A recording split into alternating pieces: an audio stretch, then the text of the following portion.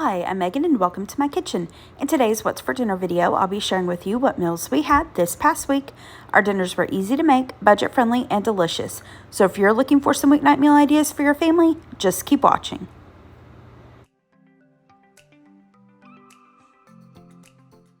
So this first day we had driven back to Nashville from Florida, and it was a long day of driving. I had a grocery delivery order as soon as we got home that I had to unload, film, get put away. And so for dinner, we just did takeout.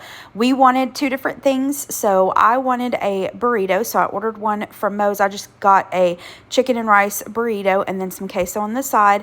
I like to drizzle the queso on my burrito as I eat it instead of like putting the queso in the burrito. And then Gary wanted pizza. So I ordered him a pizza from a place called Boom Balls. They have several different locations in the Nashville area and around the country. I can't remember the name of this pizza. I think it's, I started to say it's the Carnitas pizza, but it's not.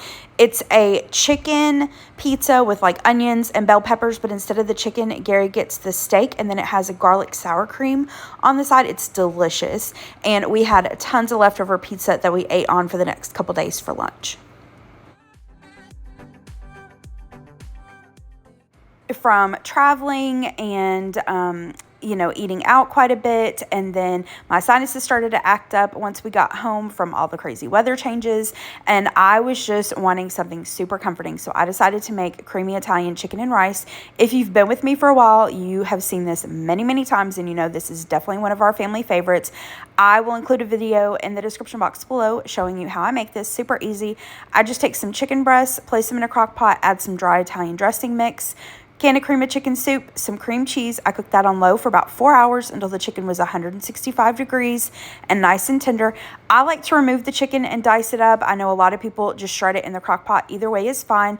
We like to serve it over white rice. I've seen a lot of people serve it over pasta. Whatever way you prefer, it is delicious and so easy. Just like I said, a family favorite. Now to go with it this night, I had this steamable Tuscan broccoli. So I just cooked it according to the package instructions. And then for the plates, just laid down some of the rice, the creamy Italian chicken, and we've got that broccoli. And this was a delicious, yummy dinner. The next day was St. Patrick's Day, and both Gary and I do come from Irish heritages. So I have tried the past several years of our marriage to make an Irish dinner. So to start out, I'm going to do corned beef. I got this on sale a couple weeks ago at Aldi, and I just placed this into my crock pot, covered it with water, added a bay leaf as well as the seasoning packet, and then I cooked it on low for about 9 hours until this was just fall apart tender. And then I pulled it out of the water, covered it in foil, and let it sit for about 10 or 15 minutes before I sliced it up. To go along with dinner, I'm going to make some Irish soda bread. This is a small batch recipe, and it will, of course, be linked in the description box below for you. So I've got my oven preheating to 425 degrees. In a bowl, I'm going to add in some all-purpose flour, sugar, salt, baking soda, and then I'm going to give that a really good whisk. Now, if you've never made homemade bread before, this is a good recipe to start with because it's super easy and there's no yeast in it. You don't have to worry about activating the yeast, letting it rise or anything like that. So it's a really good, beginner's bread, I think. Now I'm going to take some cold butter, and I cubed up the butter, and then just taking a fork. You can use a pastry cutter if you've got it, but I don't have one, so I just use a fork.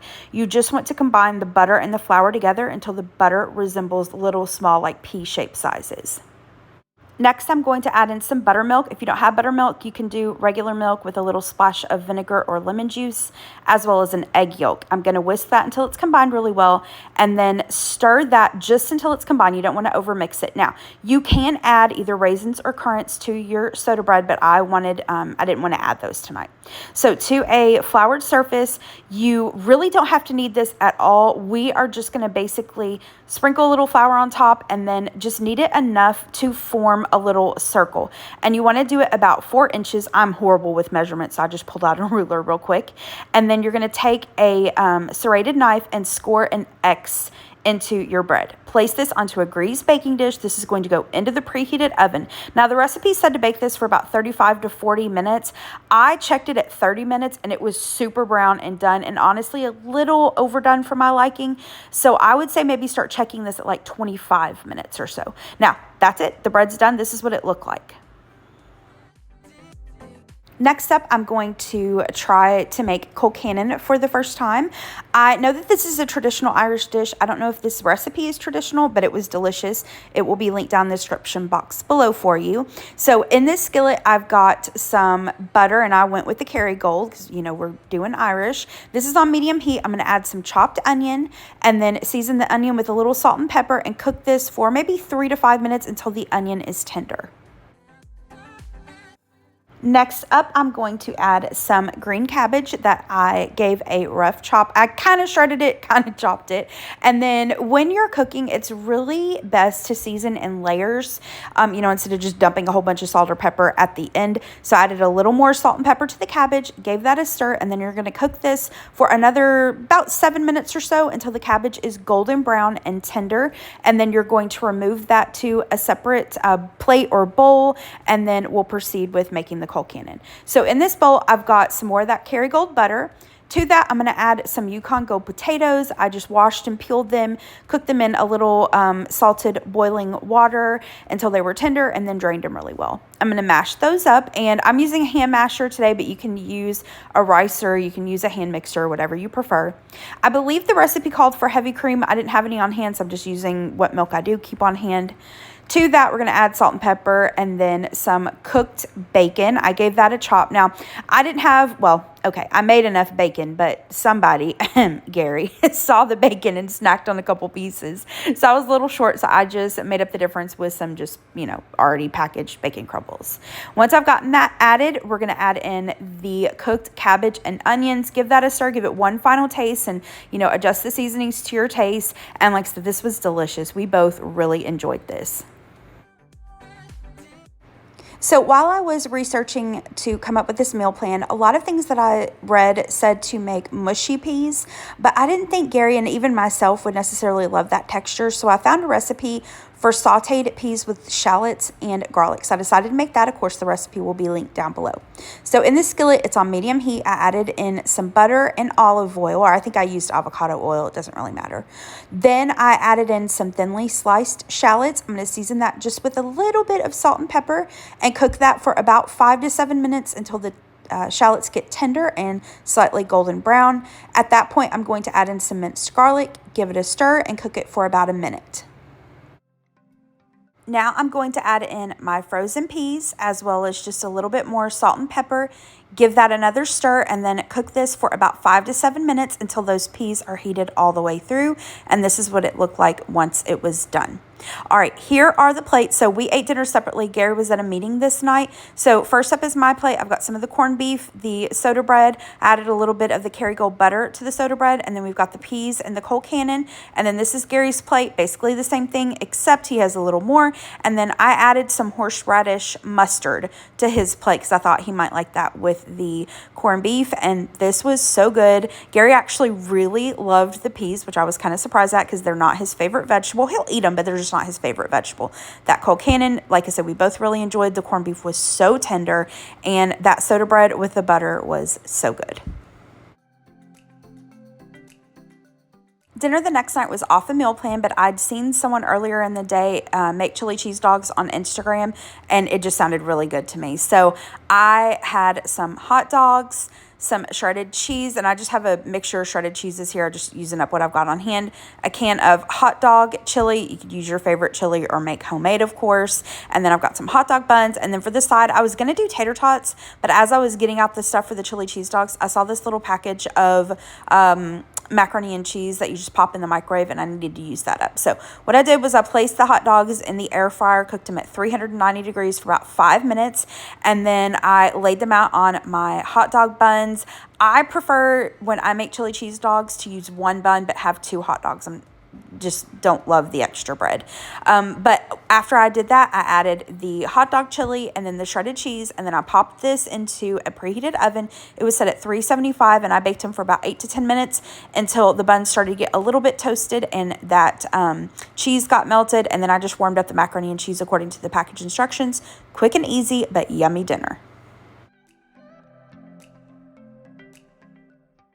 For dinner the next night, I tried a new recipe for Korean beef with bean sprouts and cabbage. Of course, the recipe will be linked down below for you. So first up, to make the sauce for the Korean beef, we're going to combine some ground ginger, sesame oil, soy sauce, and brown sugar. I'm just going to mix that up in a like glass measuring cup. You can do a bowl, and then I'm going to set that to the side. In a skillet over about medium heat, I am browning up some ground beef. I season this just with a tiny little bit of salt, and I'm using a meat chopper to break it up. Now, normally I use lean ground beef, but this was 80-20, and so if you're using 80-20 or a fattier ground beef like I am today, you'll want to drain some of the excess oil off. Once that ground beef was brown all the way, we're going to add in some garlic, give that a stir, and cook that for about a minute. Next, I'm going to add in some shredded carrots, give that a stir, and cook that for another minute or two. And while I'm doing that, a quick note about this recipe. So you can switch up any of the vegetables, use whatever you like or what you've got on hand. I am going to add in some chopped or shredded, semi-chopped, semi-shredded cabbage. This is just the same green cabbage that I used from our Irish night. Then I'm going to add a bag of bean sprouts. Now, I don't think I've ever cooked with fresh bean sprouts before, but this was actually really good. So I'm going to give that a stir and then cook this for, I don't know, maybe like 3 to 5 minutes or so until the cabbage has wilted and cooked down. Now, back to my note. This is a super filling dish. It made a lot. Great way to stretch a pound of ground beef. And it wasn't super like spicy or anything like that. So I think it would be a great way to introduce, Korean or Asian food to your kiddos. Once that cabbage has wilted, we're going to add in the sauce, give that a stir, and cook it for about another minute. Now, I will say for us personally, we would have liked it to be a little more saucy. That's just a personal preference thing though. And it also could be that I didn't really measure the vegetables. If you saw, I just kind of was using what I had on hand. But it was so good. And so to serve this up, I just cooked up some microwavable rice. You could cook your favorite rice or do this over like cauliflower rice or noodles. And then I've got some sesame seeds, some chopped green onions, and yum sauce. And then I'm going to add some kimchi to Gary's. Here are the plates. So I laid down some of the rice, laid some of the beef and cabbage, added some sesame seeds and green onions as a garnish. Like I said, I put some of that kimchi on Gary's plate, and then I did just a light drizzle of the yum sauce. And again, with us serving it over the rice, we would have liked a little more sauce, but it was still really delicious. And Gary had the spiciness from the kimchi, but you could add some gochujang or some sriracha. But like I said, this was so good. And this was super quick to put together, y'all. This took like maybe 15 or 20 minutes. I chopped up like the cabbage and got the vegetables and everything prepped while the ground beef was cooking, so it took like no time. For dinner the next night, I made Copycat chicken teriyaki sandwiches from Red Robin. I just kind of did these my way. So first up, I took a chicken breast that I had sliced in half horizontally. I'm going to season the chicken. Use whatever seasonings you like. I'm using some of the Kinder's Japanese barbecue seasoning. I'm going to season both sides generously, and then I'm going to grill up the chicken. Now, you can cook this in the air fryer. You could do it on top of the stove, on the grill, in a skillet, however you want, but I'm just going to set that chicken aside and kind of let it marinate while I make the little teriyaki mayonnaise. Super easy to do it. It's just 2 ingredients. I didn't use a recipe for this. I just eyeballed it. I'm adding some mayonnaise and teriyaki sauce. I'm using the Kinder's Japanese barbecue for that sauce. I'm going to give that a stir and then give it a taste. If you feel like you want to add a little more teriyaki sauce, you can do that. Now, for one of the sides, I had just a little bit of broccoli on hand that really needed to be used up. So I cut it into florets, added it to this bowl, added some avocado oil, some more of that Kinder seasoning, gave that a toss. I popped the broccoli into the air fryer and cooked it at 390 degrees for about 6 minutes or so until it was tender and golden brown. For one of the other sides, I'm going to do some sweet potato fries. I've got the Alexia sweet potato fries, and this is how I like to make them in the air fryer. I just put enough for us in the air fryer. I put a little too much, so I put that back in the bag. And then I like to do just a little spritz with some olive oil or some cooking spray. I just feel like it helps the fries. I do this with like fries, tater tots, whatever I make in the air fryer like that. But I just feel like it gets a little bit crispy and it helps the seasoning stick to it. So for the seasoning, I've mentioned this before. I love this Kinder's ginger, brown sugar, garlic seasoning on sweet potatoes. Delicious. So I just popped this into the air fryer. It was 400 degrees. I cooked these for about 9 to 10 minutes or so until they were done to our liking. I've mentioned before on my channel that I don't have a lot of cooking gadgets because I have very little counter and kitchen space, but I've seen this smokeless grill from Cuisamax on Instagram from A Life from Scratch, and she also tends not to get a lot of gadgets and things like that, and she has talked about how much her and her family love this. Now, this is not sponsored, by the way. I did do a sponsorship with Cuisamax a couple years or so ago with a mixer, but like I said, this is not sponsored at all. I bought this with my own money, yeah, I'm just wanting to give it a try. This is my first time using it. I'm going to use this to cook up the chicken and the pineapples. So I preheated this to 400 degrees, added the chicken, and then I cooked it on both sides for about 5 minutes or so. You just want to cook it until the chicken is at least 165 degrees internal temperature. And the last minute or two of cooking, I did add some of that same Kinder's Japanese barbecue sauce that we used to make that mayo. And I brushed it on both sides and then, like I said, allowed that to cook for a minute or two. Now, this was my first time using this, and I wasn't really thinking clearly, so I didn't use it with the lid at first, and then I realized, oh, wait, let me use the lid. It just kind of helped the chicken to cook faster. Once the chicken was done, I added a slice of Swiss cheese and then allowed the chicken to rest for just a couple minutes. And this is what the chicken and the pineapple looked like when it was done. So here are the plates to assemble the sandwiches. I just toasted up some hamburger buns, added some lettuce, sliced Roma tomato, and then the chicken and the grilled pineapple, and then some of that teriyaki mayonnaise that we made. We've got the broccoli and the sweet potato fries, and we like to dip our sweet potato fries in honey mustard. And this dinner was so good, and I really liked that grill, so I'm gonna keep trying it out and keep looking for different ways that I can use it. For the last dinner in this week's video, I tried a couple new recipes. The first was for chicken kebabs with a tomato feta salad. This came from, I think it's an America's Test Kitchen Mediterranean cookbook. I will show a picture of the cookbook here just in case you're interested. I will also do my best to try to find the recipe online for this. If I can find it, I'll link it in the description box below for you.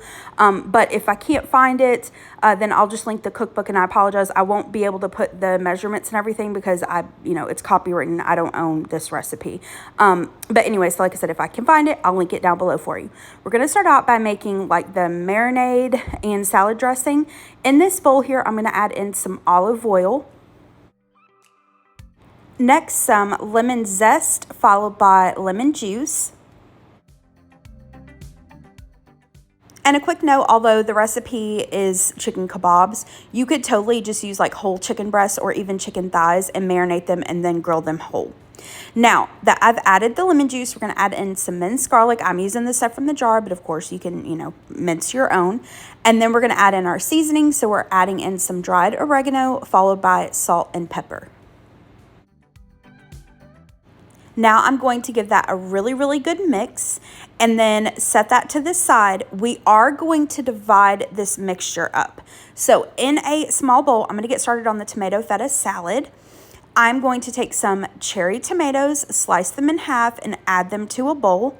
Once I've added that, I'm going to add in some thinly sliced red onions. Now, we're not super huge fans of raw onions, but I've been trying to incorporate them more. I have found that we like them better if I soak them in ice water. So here, as you can see, thinly sliced them, added some cold water, a few ice cubes, let them sit for about 15 minutes. That takes away some of the bite of the raw onion. Once I have pulled those out of the ice water, and you want to make sure, you drain as much water off of them as you can. We're going to take half of that olive oil vinaigrette that we just made, just half, save the other half, and give that a toss. Now, if you're eating this right away, you can go ahead and add your feta cheese. But I made this an hour in advance, and I didn't want the feta to get, nasty. So I waited right until I was ready to serve to mix in the feta. Set this to the side after you've mixed it up. And of course, you want to make sure you taste for salt and pepper. And this little salad was yummy. We ended up adding a balsamic glaze on it, and it was delicious. To go along with the kebabs and tomato feta salad, I tried another recipe from the cookbook. It is an herbed basmati rice pilaf, and this was so good. I've got a little bit of oil. I added it to the saucepan. It's on about medium heat. I'm going to add in some pasta. I'm just using thin spaghetti. That's what I had on hand. I just broke it up into little pieces, and I cooked this for about maybe 3 minutes until it got brown. Now, I forgot to film me actually adding the onion, but I just, I already had out the red or purple onion from making the tomato feta salad, so I just diced that up, cooked it for maybe another 3 to 4 minutes until it was tender. I added in the minced garlic, gave that a stir, and cooked it for just a minute or two. And then I'm going to add in my rice. This is basmati rice that I rinsed under cold water until the water ran clear. I'm going to give that a stir and then cook that for a couple minutes until the rice is toasted. Now I'm going to add in some salt to taste. Give that a stir again, and then add in the chicken broth. Now, I have some of this bone broth on hand. I want to use it up. So I finished out the carton that I had, and then I used the last measuring cup of water. So one more stir, and then you're going to bring this to a boil, reduce it to a simmer, cover it, and cook this for about 18 minutes. You don't want to remove the lid. Cook it for 18 minutes, and then set this off to the side and let it sit. Again, don't remove your cover. Let it sit for 10 minutes, and then your rice should be tender and fluffy. We're going to add in some chopped parsley and fluff that up with a fork, and then the rice pilaf is done. And like I said, we really enjoyed this. It was delicious. And a quick note, I did have the recipe, and just like with the tomato feta salad and chicken kebabs, if I can find this recipe online, I'll link it down below for you. If not, I'll try to find a similar recipe. I'm not sure if I can, find exactly it. Now for the chicken kebab. So in this bowl here, we have the remaining half of that olive oil vinaigrette dressing we made in the beginning. To that, I'm going to add in my Greek yogurt and give that a really, really good mix. Now, once I've got that mixed in, I'm going to take just a little bit of this, olive oil vinaigrette dressing yogurt marinade thingy-mabob. I'm going to take just a little bit of that and set that off to the side, because we're going to brush this over the chicken once it's done, and we don't want to cross-contaminate, raw chicken with cooked chicken. So in this bag here, I had prepped earlier in the week this chicken. It's just chicken breast. I cut it into chunks. I'm going to mix that into the yogurt olive oil mixture. And then the recipe didn't say to let this marinate, but I did. I mixed the chicken up about maybe an hour or so ahead of time. You don't have to do that, but I mean, obviously with the yogurt and all that flavor that's in there, if you can let it marinate a little bit, it's going to be even better.